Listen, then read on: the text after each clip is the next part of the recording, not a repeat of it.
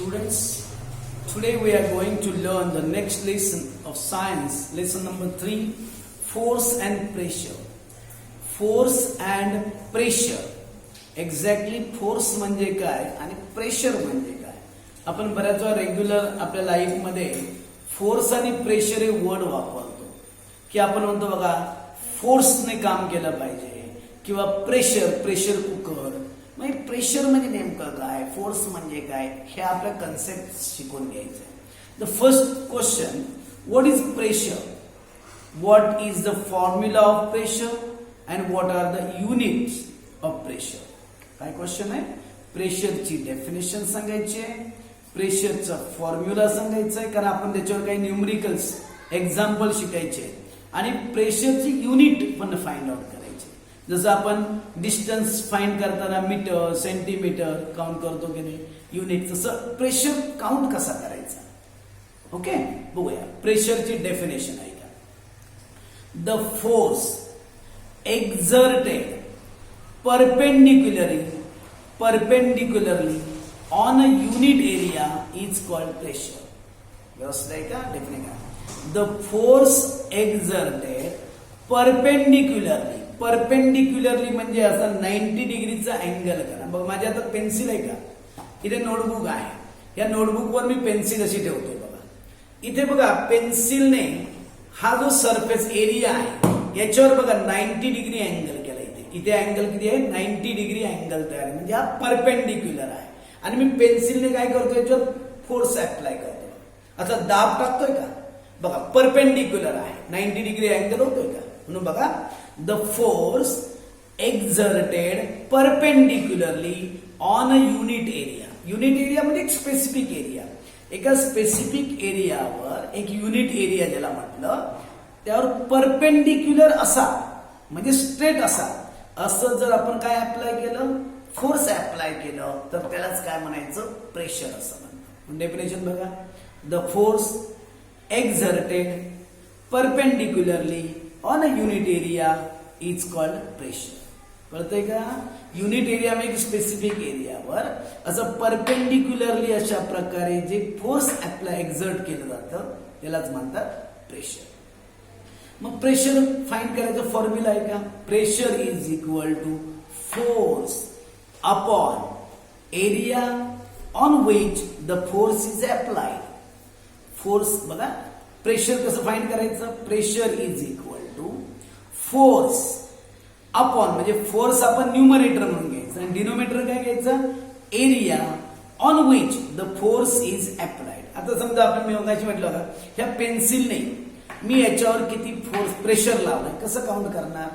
मग आपण काय माहिती पाहिजे, फोर्स किती आहे हे काउंट पाहिजे आणि एरिया ज्या एरियावर आपण फोर्स अप्लाय करतो की नाही तो एरिया आपल्याला माहिती पाहिजे. मग या दोघांचं डिवाइड केलं की प्रेशर मिळतं.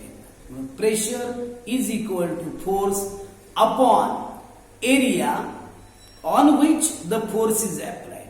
ज्या फोर्स एरियावर आपण फोर्स अप्लाय करतो तो एरिया. ओके, आणि युनिट कोणतं आहे का, प्रेशरचं युनिट आहे न्यूटन पर मीटर स्क्वेअर. काय फॉर्म्युला आहे, न्यूटन हे बनव फोर्सचं युनिट आहे. फोर्स काउंट करण्यासाठी न्यूटन हे युनिट वापरतात. न्यूटन पर ऑब्लिक तिरकी रेष मारतात त्याला पर म्हणतात. Newton per metre square, square metre त्यालाच पास्कल असं पण म्हणतात.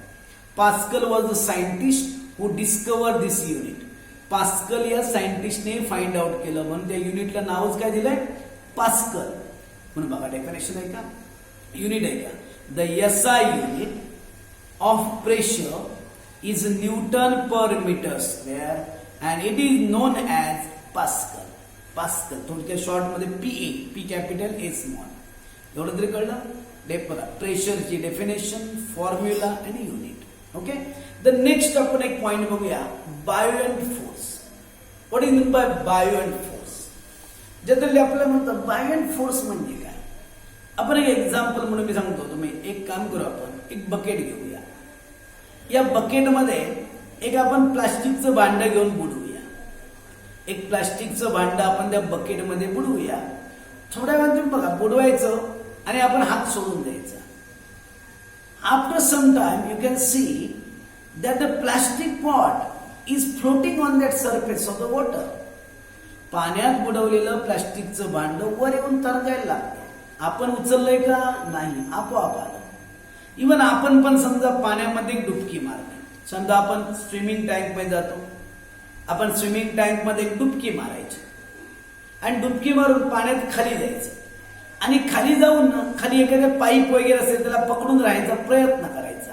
आपला ब्रिदिंग कंट्रोल करावा लागणार आहे थोडा वेळ, काही सेकंद आपण तो श्वास रोखून आतमध्ये थांबायचा प्रयत्न करायचा. पाईपला पकडून ठेवायचं. तुम्ही एक्झामिन करा काय होत आहे का.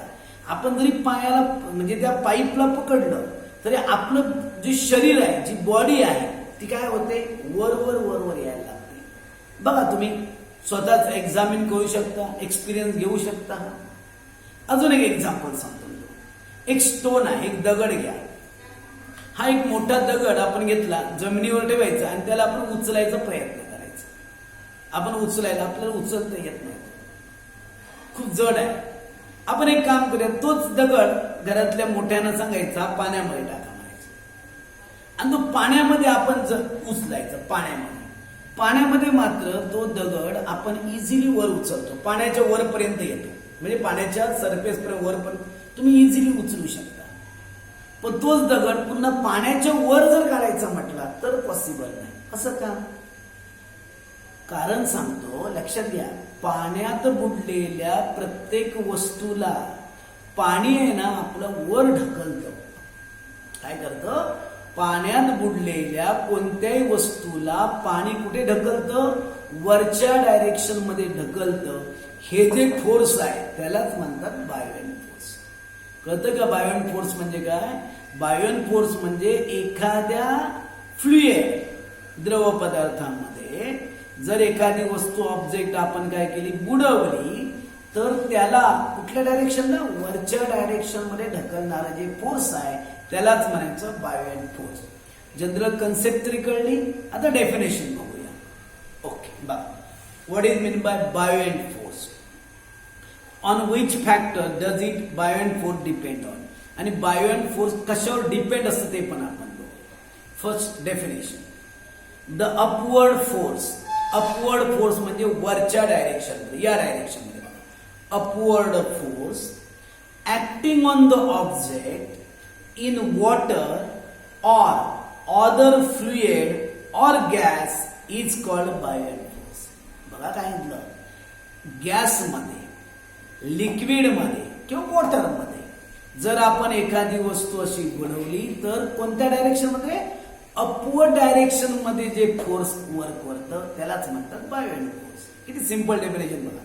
The upward force acting on the object in water or other fluid or gas is called buoyant force and buoyant force depend on the two factors. पहिले डेफिनेशन तरी कळली. काय कळलं तुम्हाला डेफिनेशन? बघा.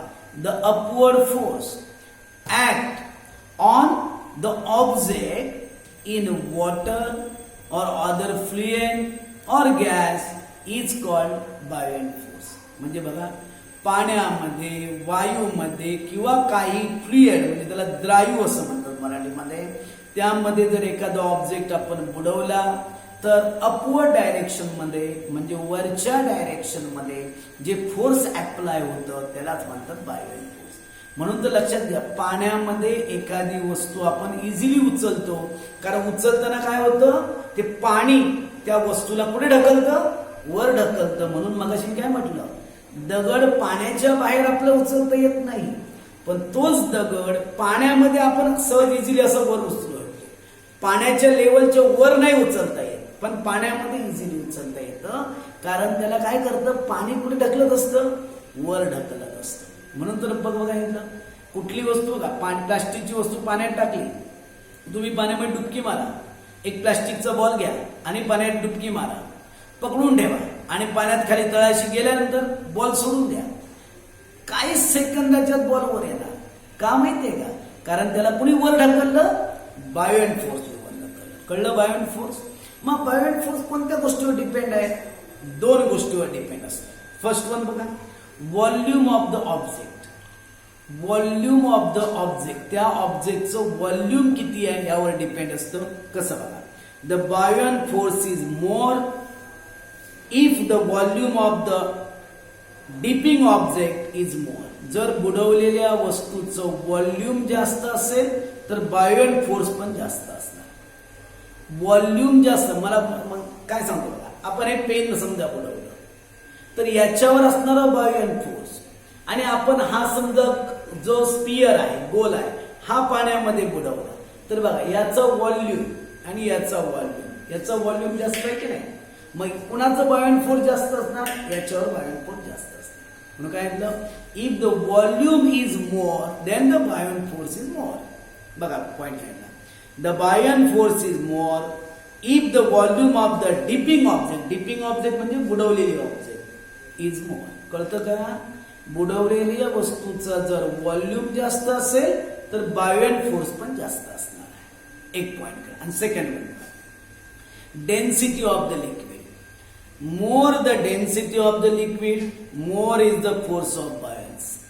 म्हणजे जर डेन्सिटी जास्त असेल तरी सुद्धा काय होतं बघा, बायोन फोर्स पण जास्त असतं. एक एक्झाम्पल सांगतो बघा, there is a Dead Sea. You are learn the name of Dead Sea. Dead Sea, why it is called Dead Sea? या समुद्राला डेड सी असं का म्हणतात माहितीये का, तर या समुद्रामध्ये काय होतं लक्षात घ्या, जर आपण समजा एखादा प्राणी, एखादी वस्तू जर बुडवली, टाकली तर ती खाली जातच नाही, वरच्यावर तरंगते. इवन आपण जरी समजा त्या पाण्यामध्ये समजा आपण डुबकी मारली, आपण समजा त्या पाण्यामध्ये काय केलं, डुबकी मारली की नाही, तरी आपण त्या पाण्यामध्ये बुडणार नाही. आपण वरच्यावर काय होणार, तरंगणार. कारण त्याची काय डेन्सिटी जास्त आहे. कॉमन वॉटर आणि सी वॉटर आणि डेड सीचं वॉटर यामध्ये कम्पेअर केलं तर डेड सीचं जी डेन्सिटी आहे, घनता ज्याला म्हणतात, ती जास्त आहे. बघा मी काय म्हटलं, डेड सी म्हणजे मृत समुद्र. यामध्ये जरी माणसाने उडी मारली, पाण्यात जरी उडी मारली तर तो बुडत नाही, तो वरच्यावर तरंगतो. याला कारण का माहितीये का, त्या पाण्याची डेन्सिटी जास्त आहे, घनता जास्त आहे. म्हणून सांगितलं बघा, मोर द डेन्सिटी ऑफ लिक्विड. जर लिक्विडची डेन्सिटी काय असेल, जास्त असेल, तर काय सांगितलं, the force of buoyant is more. Okay, म्हणजे buoyant force is depend on two things. The first one is volume of the object and second one density of the liquid. Okay, दोन topic तुम्हाला कळत आहेत. बघा next one आपण एक बघूया, right the Archimedes principle. Archimedes principle exactly काय आहे? आर्किमिडीज नावाचे एक सायंटिस्ट होते, त्याने एक प्रिन्सिपल काय सांगितलं, त्याने एक तत्व सांगितलं. आर्किमिडीज प्रिन्सिपल असं म्हणतात त्याला. काय सांगितलं बघा, when an object is partially or fully immersed in the fluid. म्हणजे काय बघा, when an object is partially or fully immersed in the fluid. म्हणजे एखादी वस्तू कशी काय करायची, पाण्यामध्ये, फ्लुइड म्हणजे लिक्विड, थोडक्यात लिक्विड मध्ये किंवा गॅसेस मध्ये जर आपण पार्शली म्हणजे थोडीशी किंवा पूर्ण जर तुम्ही बुडवली, जसं तुम्ही एक काम करा, काय होणार बघा, आपण समजा एक पूर्ण पाण्याने भरलेला ग्लास घ्यायचा, पूर्ण काठोकाठ भरलेला आहे. त्या भरलेल्या ग्लासामध्ये आपण काय करायचं, एखादा समजा आपण हे पेनचं टोपण समजा त्या ग्लासामध्ये टाकलं, काय होईल, त्या ग्लास मधलं पाणी आहे ते काही प्रमाणामध्ये काय होणार, बाहेर पडणार. बरोबर आहे, कारण ऑलरेडी पाणी पूर्ण भरलेलं आहे. मग हा काय करणार, जेवढं याचं व्हॉल्यूम आहे तेवढं पाणी काय होणार, बाहेर पडणार ना. म्हणून सांगितलं. आणि बघा आर्किमिडीजने काय सांगितलं बघा, when an object is partially म्हणजे थोड्या प्रमाणात or fully immersed in a fluid, a force of buoyance act on it. कळतंय का तुम्हाला, एखादा पदार्थ पाण्यामध्ये थोड्या प्रमाणात किंवा पूर्णपणे जर आपण पाण्यामध्ये बुडवला तर त्याच्यावर कुठलं फोर्स ऍक्ट होणार?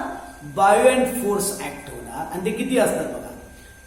बायोएंट force act on it in the upward direction and this force is equal to the weight of the fluid displaced by the object. म्हणजे ऐका, हे बायोएंट फोर्स किती असणार माहितीये का? जसं मी नाही बघा, ग्लास पाण्याने भरलेला आहे, पूर्ण पाण्याने भरलेला. आपण एक असं म्हणूया की हे पाण्याने भरलेलं ग्लास आहे. ओके, पाण्याने पूर्ण अगदी काठोकाठ पाण्याने भरलेलं आहे. आपण काय करणार? त्याच्या आतमध्ये हे बघा, ही वस्तू आपण याच्यामध्ये टाकली, काय होईल? ऑलरेडी पाणी पूर्ण भरलेलं आहे की नाही? मग थोडं पाणी काय होणार? बाहेर पडणार. बाहेर पडलं पाणी इथे कलेक्ट होईल, जमा होईल की नाही? मग ऐका, मग या जे टोपण आपण टाकलं याच्यावर कुठलं फोर्स असणार? बायोएंट फोर्स असणार. हे फोर्स किती असणार माहितीये का? हे जे बाहेर पडलेलं जे वॉटर आहे त्याचं जेवढं वेट आहे, जेवढं वजन थोडक्यात आपण म्हणूया, तेवढंच त्याच्यावर कुठलं फोर्स असणार? बायोएंट फोर्स असणार. कळतं का काय सांगतोय? ऐका, एखादी वस्तू, व्यवस्थित ऐका पहिल्यांदा, एखादी वस्तू पाण्यामध्ये पूर्ण किंवा अंशतः जर आपण बुडवली तर त्याच्यावर बायोएंट फोर्स जे काम करतं ते किती असतं? जे बाहेर पडलेलं जे लिक्विड आहे त्याचं जेवढं वेट आहे, वजन जेवढं आहे, तेवढंच बायोएंट फोर्स असणार. ऐका, Archimedes principle. When an object is partially or fully immerged in fluid, इमर्जचा अर्थ होतो बुडवले, immerge in the fluid, a force of buoyancy act on it, त्याच्यावर बायोन्सी फोर्स ऍक्ट करतं. And in the upward direction this force, ऐका हे force किती असतं बघा, this force is equal to the weight of the fluid displaced by object. मग displace by म्हणजे त्याने बाहेर टाकलेलं जे काय आहे लिक्विड आहे त्याच्या वेट, त्याच्या वजना एवढंच बायोएंट फोर्स असतं. हे कोणी सांगितलं? आर्किमिडीज यांनी सांगितलं. याला आर्किमिडीज प्रिन्सिपल असं म्हणतात. ओके.